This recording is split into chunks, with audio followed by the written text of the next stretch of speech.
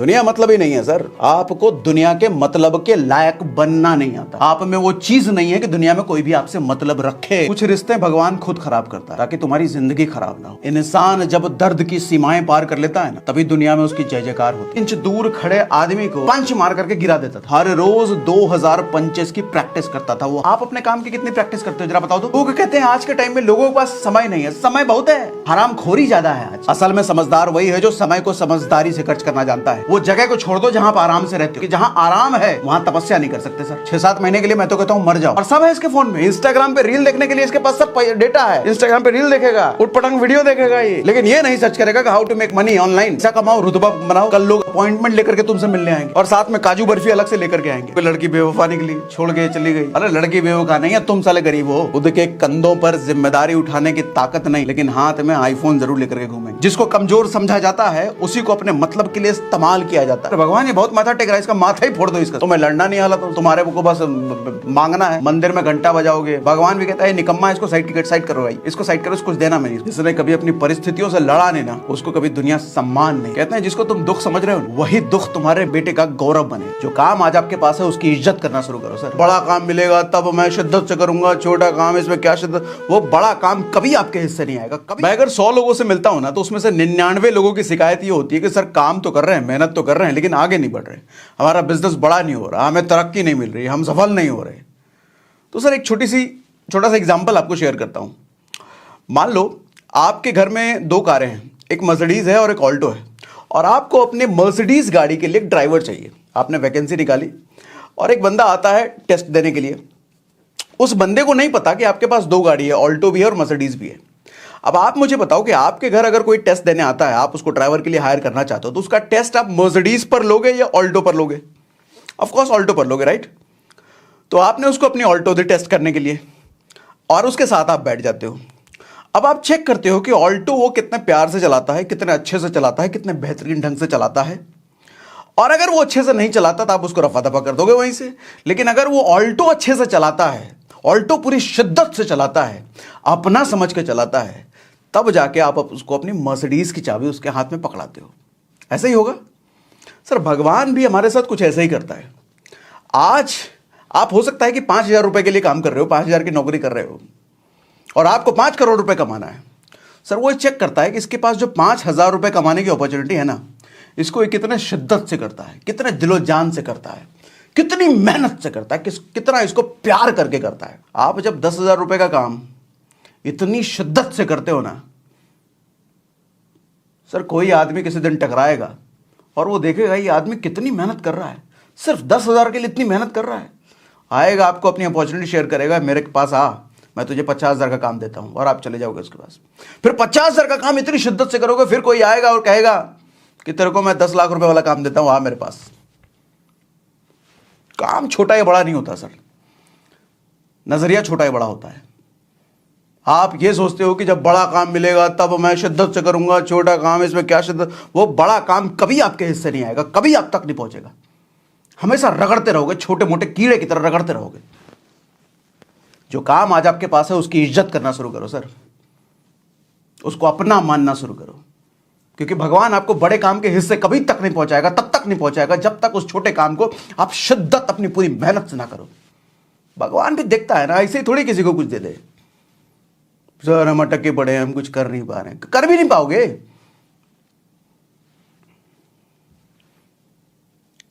लोग अक्सर कहते रहते हैं सर हमारी लाइफ में तो दुख क्यों है, परेशानी क्यों है, बहुत दुख है सर, कुछ हो नहीं रहा। एक छोटी सी स्टोरी शेयर करता हूं आपके साथ। एक बार दशरथ भगवान राम के पिता ऋषि दुर्वासा के साथ बैठे थे। तो ऋषि दुर्वासा से वो पूछ रहे थे अपने बेटे राम का भविष्य, कि कैसा होगा मेरे बेटे राम का भविष्य। तो दुर्वासा उनको बताते हैं कि देखो भाई, तुम्हारे सारे बेटे जो हैं सारे लंबी उम्र वाले हैं, सबकी लंबी उम्र होगी, लेकिन चूंकि तुमने राम का पूछा है तो राम का बताता हूं मैं। वैसे तो तुम्हारे बाकी सभी बेटों का जिंदगी थोड़ा सुखमय रहेगा, लेकिन 2 बेटे तुम्हारे राम और लक्ष्मण बहुत ज्यादा सुखमय नहीं रहेंगे। लेकिन स्पेशली राम की बात करो तो उसका जीवन तो और ज्यादा सुखमय नहीं रहेगा। बोले ऐसा क्यों प्रभु, क्या दिक्कत है? बोले देखो, जवानी में एक तो राजपाट छूट जाएगा उसका, उसको जंगल में रहना पड़ेगा, वो भी 14 साल के लिए।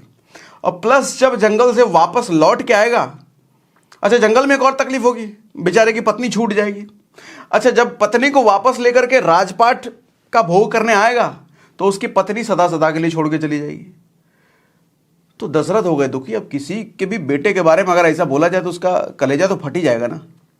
तो दशरथ रोने लग गए, पीटने लग गए, कह रहे ऐसा क्यों प्रभु, ऐसा क्यों, मेरे बेटे के साथ इतना दुख क्यों। तो दुर्वासा मुस्कुराते हैं, कहते हैं जिसको तुम दुख समझ रहे हो ना, वही दुख तुम्हारे बेटे का गौरव बनेगा, वही राम का गौरव बनेगा, वही उसको मर्यादा पुरुषोत्तम भगवान राम बनाएगा। सर इंसान को महानता का खिताब ऐसे ही नहीं मिलता। जिसने कभी कष्ट नहीं झेला ना, उसको कभी महानता का खिताब नहीं मिलता। जिसने कभी दुखों का आमना सामना नहीं किया ना, दुखों से दो दो हाथ नहीं करे ना, उसको कभी दुनिया सलाम नहीं ठोकती। जिसने कभी अपनी परिस्थितियों से लड़ा नहीं ना, उसको कभी दुनिया सम्मान नहीं देती। आज दुख है, आज परिस्थितियां विपरीत है तो खुश हो जाओ। 4 भाई थे राम, लेकिन सबसे ज्यादा कष्ट राम की जिंदगी में क्यों? क्योंकि भगवान तो उन्हीं को कहलाना था, भगवान तो उन्हीं को बनना था, दुनिया पूजा तो उन्हीं की करनी थी। भरत भी तो भाई थे, शत्रुघ्न भी तो भाई थे, उनकी पूजा नहीं होती। महल में रहे जिंदगी भर। देखो शक्ति और शोषण हमेशा विपरीत होते हैं, कि दोनों एक दूसरे से अलग चीजें हैं। शक्ति, जिसके पास शक्ति है उसका शोषण कभी नहीं हो सकता, और जिसका शोषण हो रहा है समझ लो उसके पास शक्ति नहीं है। जब आप ये कहते हो ना कि लोग बहुत मतलबी हैं, तो सर इसका मतलब समझो, आपसे जिस आदमी का मतलब निकल रहा है ना, वही आदमी आपसे मतलब रखता है। कहने का मतलब, आपसे लोग मतलब तभी तक रखते हैं जब तक आपसे उनका मतलब निकल रहा है। आम के पेड़ हमारे यहां पे लाखों रुपए में बिकते हैं, लेकिन वही आम का पेड़ बिकता है जिस पर फल लगे होते हैं। सर आपसे अगर सीधे मुंह लोग बात नहीं कर रहे ना, आपको अगर इज्जत नहीं दे रहे ना, आपको अगर happy new year, happy Holi, happy Dussehra, happy Eid का मैसेज नहीं कर देना, समझ लो फल खत्म हो गया आपका, औकात खत्म हो गई है। ठेठ भाषा में बोलूं तो कुछ रहा नहीं तुम्हारे पास, ऐसा कुछ है ही नहीं जिससे लोग तुम्हारे पास मतलब रखें। तो ये कहना बंद कर दो कि लोग मतलबी हैं। लोग मतलबी हैं सर, हमेशा से रहेंगे। और आप भी तो मतलबी हो, आप भी तो उसी से मतलब रखना चाहते हो जिससे आपका मतलब निकलता है। तो ये क्यों कहते हो लोग मतलबी हैं? तुम्हारे में दम नहीं रहा, तुम्हारे में फल नहीं रहा, तो लोग कहते हो लोग मतलबी हैं। दरअसल ना आपके बचपन की आदतें आज तक नहीं गई हैं। बच्चा बचपन में रो रो करके अपने माँ बाप से खिलौने मांगता है, रो रो करके, और वही आदतें आज तक आप में बड़े होने के बाद भी है। जरा सा कुछ मिल नहीं रहा, अरे पड़ोसी ने कार खरीद ली, अरे भगवान की हमारी किस्मत ही नहीं है, उसकी किस्मत अच्छी है। कोई किसी की नौकरी लग गई, किसी का घर से कोई IAS वाईएएस निकल गया, कोई IIT क्रैक कर गया, कोई नासा उसमें पहुंच गया, सर पीटने लगा, अरे हमारा सर हासिल करना पड़ता है। माँ बाप तो यूं ही दे देते थे, माँ बाप इमोशनल होते हैं, भावुक होते हैं, उठा के दे देते हैं। लेकिन भगवान भावुक नहीं होता, भगवान उसी को देता है जो योग्य होता है, जिसने तपस्या की है, जिसने लड़ा है हालातों से। तुम्हें योग्य बनना नहीं है, तुम्हें लड़ना नहीं है हालातों से, तुम्हारे को बस मांगना है। मंदिर में घंटा बजाओगे, मस्जिद में सजदा करोगे, गुरुद्वारे जाओगे, मिल जाए मिल जाए मिल जाए। भगवान भी कहता है निकम्मा, इसको साइड करो भाई, इसको साइड करो, इसको कुछ देना नहीं इसको। फिर कोई दूसरा सजेस्ट भी करे, भगवान ये बहुत माथा टेक रहा है, इसका माथा ही फोड़ दो, इसका ये माथा ही टेकते रहेगा, कुछ करता है नहीं है।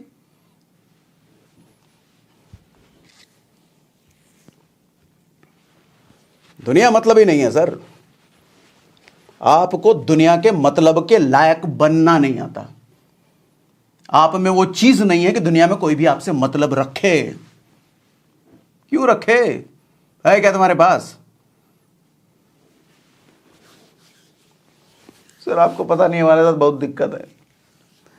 सर आपको पता नहीं हमारा कोई साथ नहीं देता, हमारे माँ बाप बहुत गरीब है। सर तुम भी गरीबी रहोगे, जो लक्षण है तुम भी गरीबी रहने वाले हो। सर रोना पीटना बचपन में चलता था, अब नहीं चलेगा। अब तुम्हारा रोना पीटना कोई नहीं सुनने वाला, अब करके दिखाना पड़ेगा। एक स्टोरी सुनाऊं। एक गांव में ना एक सांप का बड़ा आतंक था। एक सांप हमेशा पेड़ में लिपटा हुआ रहता था और उस पेड़ के पास से जो भी गुजरता था ना, वो सांप उसको मार देता था, डस लेता था।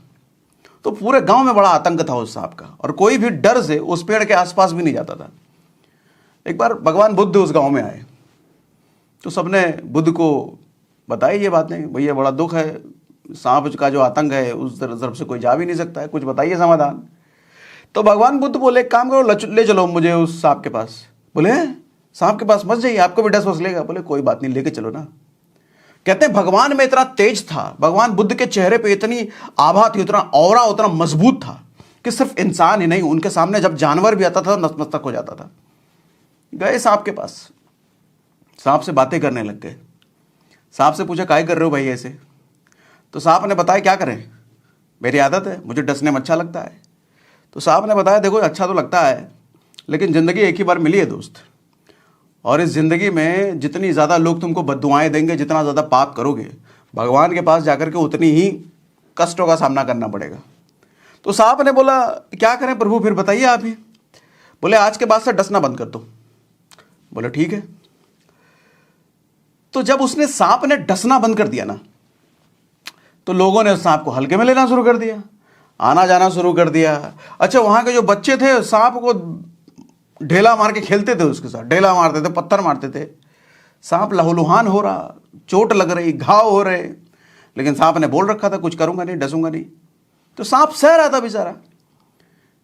एक दिन भगवान बुद्ध वापस उसी रास्ते से गुजर रहे थे, उन्होंने देखा सांप की हालत, तो पूछा उन्होंने कहा ये क्या कैसे हो गया? तो सांप ने बताया आप ही ने बोला था डसने को नहीं, मैं किसी को डसता नहीं, यहाँ के बच्चे मेरे साथ खेलते हैं, मेरे साथ खेलते क्या मुझे पत्थर मारते हैं, जिसकी वजह से देखो क्या हालत हो गया मेरा। तो भगवान बुद्ध जो कहते हैं, ध्यान से सुनना अभी मेरी जो कहने जा रहा हूं। भगवान बुद्ध ने कहा कि बेटा तुमको डसने के लिए मना किया था, फुफकार मारने के लिए थोड़ी मना किया था। सर तुम्हें जब फुफकार मारना भी तुमने बंद कर दिया ना, तो लोग तुमको कमजोर समझ लिए बेटा। और दुनिया का ये दस्तूर है, जिसको कमजोर समझा जाता है उसी को पत्थर मारा जाता है, जिसको कमजोर समझा जाता है उसी को अपने मतलब के लिए इस्तेमाल किया जाता है, जिसको कमजोर समझा जाता है उसी के फायदे उठाए जाते हैं। तो तुमने मौका दे दिया अपने आप को कमजोर समझने का। तुमको उनको नुकसान नहीं पहुंचाना था, लेकिन अपनी शक्ति का प्रदर्शन तो करते रहना था। तुम ताकतवर हो ये दिखाते तो रहना था। कितनी मजबूत बात है।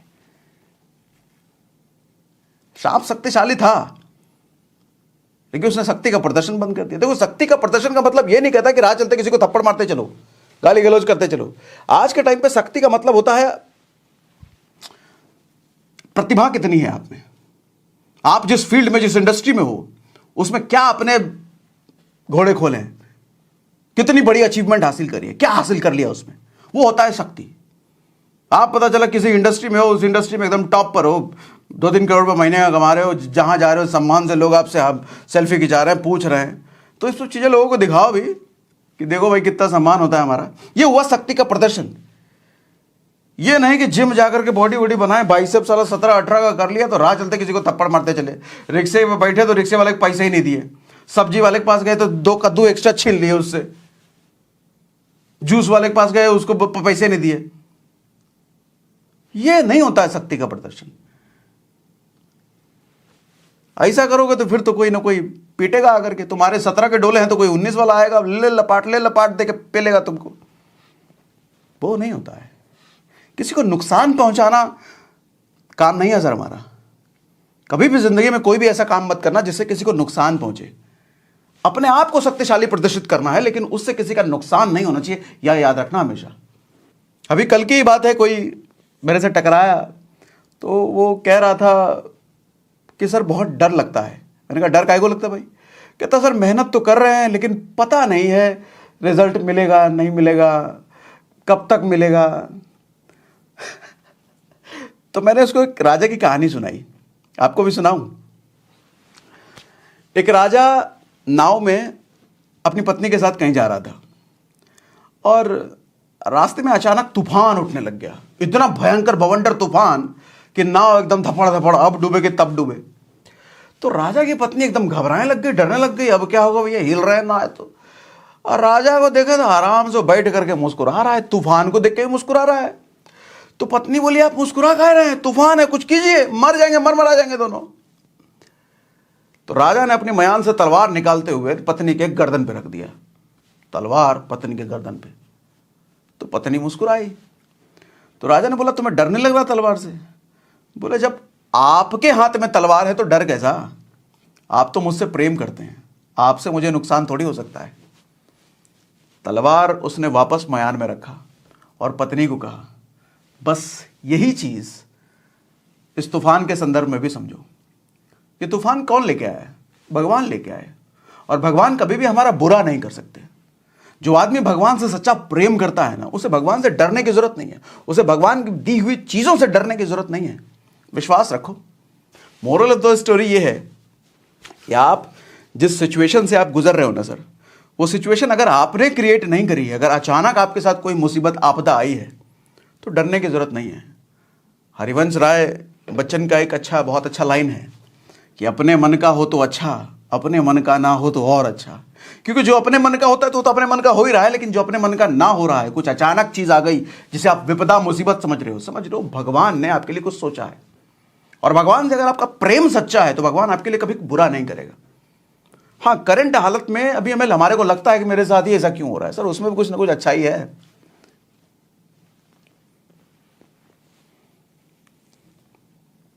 आज की जनरेशन ना ईएमआई वाले आईफोन की जनरेशन है। खुद के कंधों पर जिम्मेदारी उठाने की ताकत नहीं, लेकिन हाथ में आईफोन जरूर लेकर के घूमेंगे, और वो आईफोन ईएमआई पे लेकर के, आईफोन चमकाते हुए।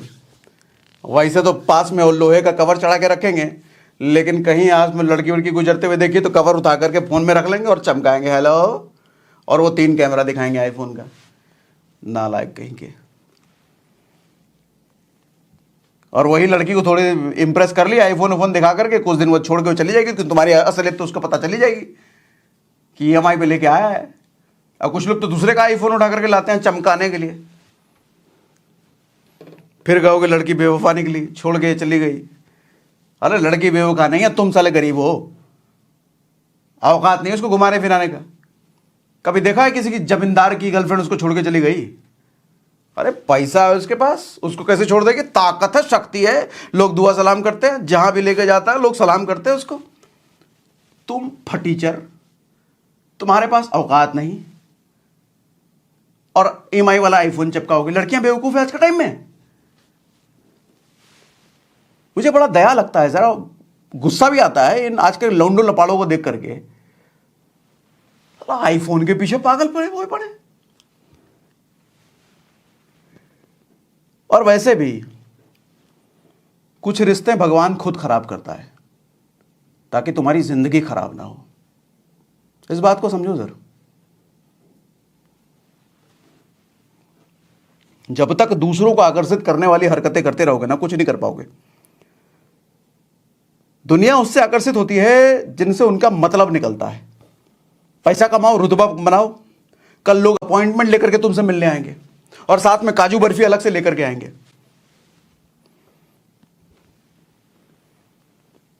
इज्जत पाने का लाइसेंस बना रखा है आज के टाइम में आईफोन, पैसा। और जिसके पास पैसा है उसके पास रुतबा है, इज्जत है।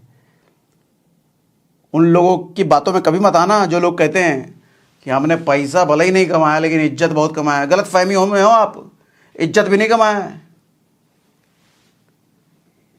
हाँ, लोग अगर आपको 2 बातें बुरी नहीं सुना रहे हैं, 2 थप्पड़ अगर नहीं मार रहे हैं, इट डजंट मीन कि इज्जत बहुत कमाया आपने। आपकी कोई परवाह नहीं करता सर, ये समझ लो, इज्जत बहुत कमाया। पैसा कमाओ सर, पैसा, रुतबा बनाओ। लेकिन हाँ, वो पैसा किसी की बुराई पर नहीं, किसी का बुरा करके नहीं, किसी के दिल को ठेस पहुंचा के नहीं, किसी की हाय लेकर के नहीं। वो पैसा मेहनत से आना चाहिए, मेहनत से। और आज 21वीं सदी में पैसा कमाना आसान है सर। इंटरनेट एरा में पैसा कमाना कौन सा मुश्किल काम है? इतने सारे ऑप्शन है पैसा कमाने के लिए। गूगल पे सर्च तो करो, how to make money online. 1000 तरीके मिलेंगे आपको पैसा कमाने के। फिर भी आदमी कोई निकम्मा बन के रोता रहता है कि मेरे पास पैसे नहीं है, पैसे नहीं, मेरे हालात खराब है, मेरे मम्मी पापा गरीब हैं, मैं तो गांव में रहता हूं। अरे ऐसे आदमी को मन करता है लपड़ मार मार के मुंह सुझा दिया जाए इस आदमी का। और सब है इसके फोन में। इंस्टाग्राम पे रील देखने के लिए इसके पास सब डेटा है। इंस्टाग्राम पे रील देखेगा, उटपटांग वीडियो देखेगा ये, लेकिन ये नहीं सर्च करेगा कि how to make money online. Search तो करो।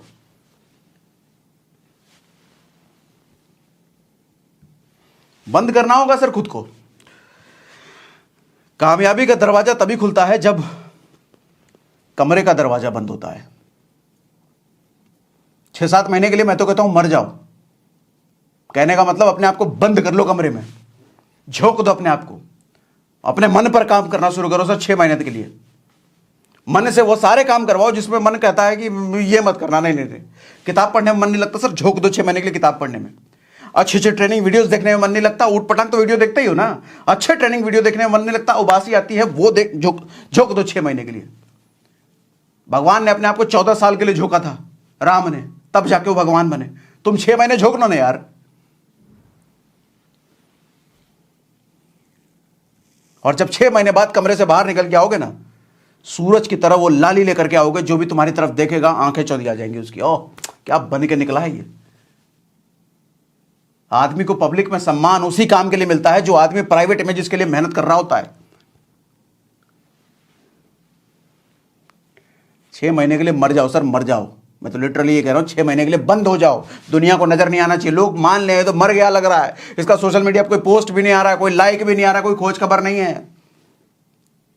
और जब 6 महीने बाद जिस तरीके से चमक के निकलोगे ना, तुम्हारी जो आभा होगी अंदर से, जो दिमाग बिल्कुल बदल चुका होगा, जो मन एकदम चट्टान की तरफ मजबूत होकर निकला होगा, सर दुनिया कहेगी ये नया आदमी कहां से है, ऐसा तो था ही नहीं पहले।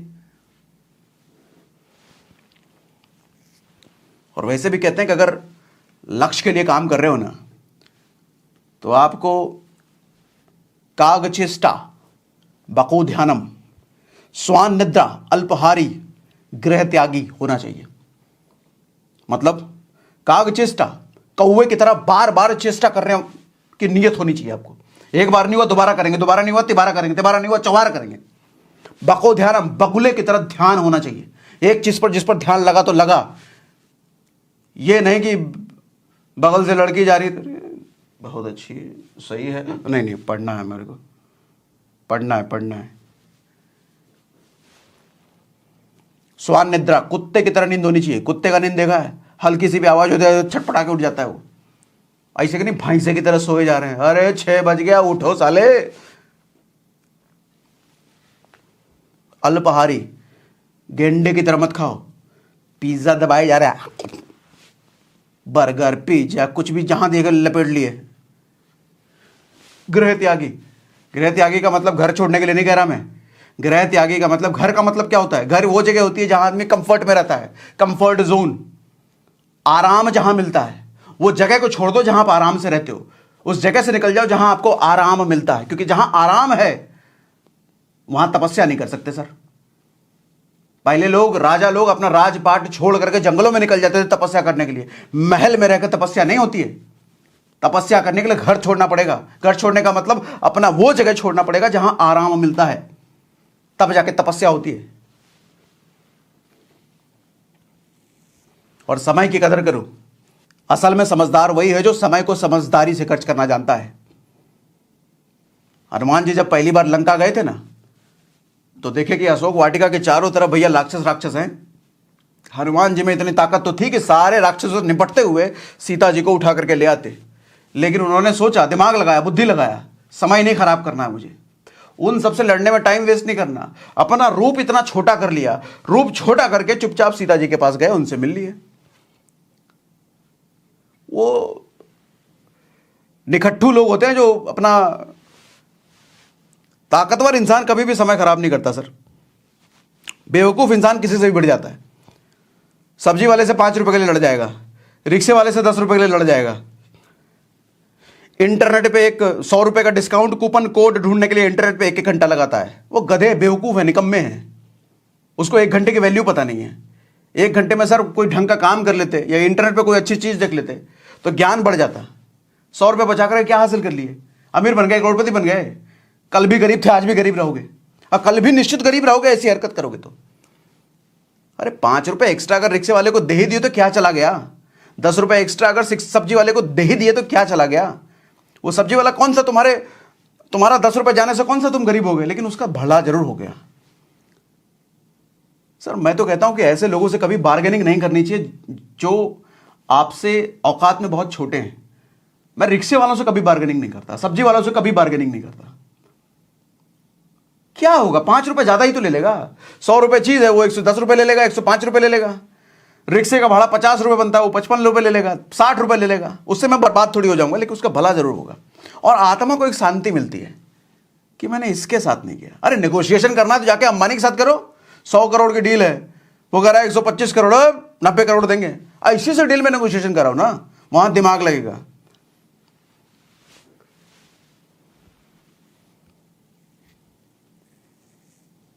मेरा एक जानने वाला था, उसको होंडा सिटी गाड़ी लेनी थी, दिल्ली में रहता था। वो लखनऊ चला गया होंडा सिटी खरीदने के लिए। क्यों मालूम? लखनऊ में 15,000 रुपये कम मिल रहा था। अरे 15,000 रुपये कम करने के लिए दिल्ली से लखनऊ चला गया और वहां से गाड़ी चला के लाया। मैं कहूं बाप रे बाप, ऐसे ऐसे लोग एग्जिस्ट करते हैं दुनिया में। ये आदमी क्या करेगा आगे चल के?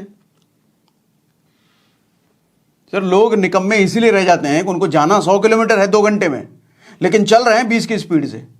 20 की स्पीड से चलोगे तो कभी भी 2 घंटे में 100 किलोमीटर नहीं पहुंच सकते। सर 100 किलोमीटर 2 घंटे में पहुंचना है तो 60 की स्पीड 50 की स्पीड पकड़नी पड़ेगी। आज आपको कमाना है 5 करोड़ रुपए महीना, लेकिन हरकतें सारे 5,000 रुपये महीने वाली नहीं है। गोल बनाओगे बड़े बड़े, लेकिन आरस से घिरे पड़े हो। आज मौसम बहुत ठीक है, पकौड़े खाएंगे, आज काम पे नहीं जाएंगे, निकम्मे कहेंगे।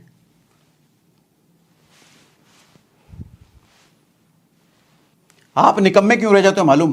क्योंकि अपने हर दिन को जीने का तरीका आपको नहीं मालूम है। सर सुबह जब जागते हो और रात को जब सोते हो, वो पूरा दिन आपको अपना काम प्रायोरिटी के सीक्वेंस में करना चाहिए। मतलब जो आपकी जिंदगी में सबसे ज्यादा हाई प्रायोरिटी चीज है उसको सबसे पहले करो, क्योंकि मिस ना हो जाए। बाद के लिए छोड़ोगे तो कोई दूसरा काम आके मिस हो जाएगा। अब जैसे सुबह उठो तो सबसे ज्यादा जरूरी किसी भी आदमी के लिए क्या चीज होती है? कौन सी ऐसी चीज जिससे उसका वजूद ही खत्म हो जाता है? शरीर। तो सुबह सबसे पहले उठो तो सबसे पहले अपने शरीर के लिए काम करो, थोड़ी एक्सरसाइज कर लो, 10 मिनट, 15 मिनट, 20 मिनट। और उसके बाद कौन सी चीज है जिसकी वजह से उसको अपने काम में तरक्की मिलती है? मन। जिसकी वजह से वो अच्छा जीवन बिताता है, मन। सर अपने मन पर थोड़ा काम कर लो, 10 मिनट, 15 मिनट मेडिटेट कर लो।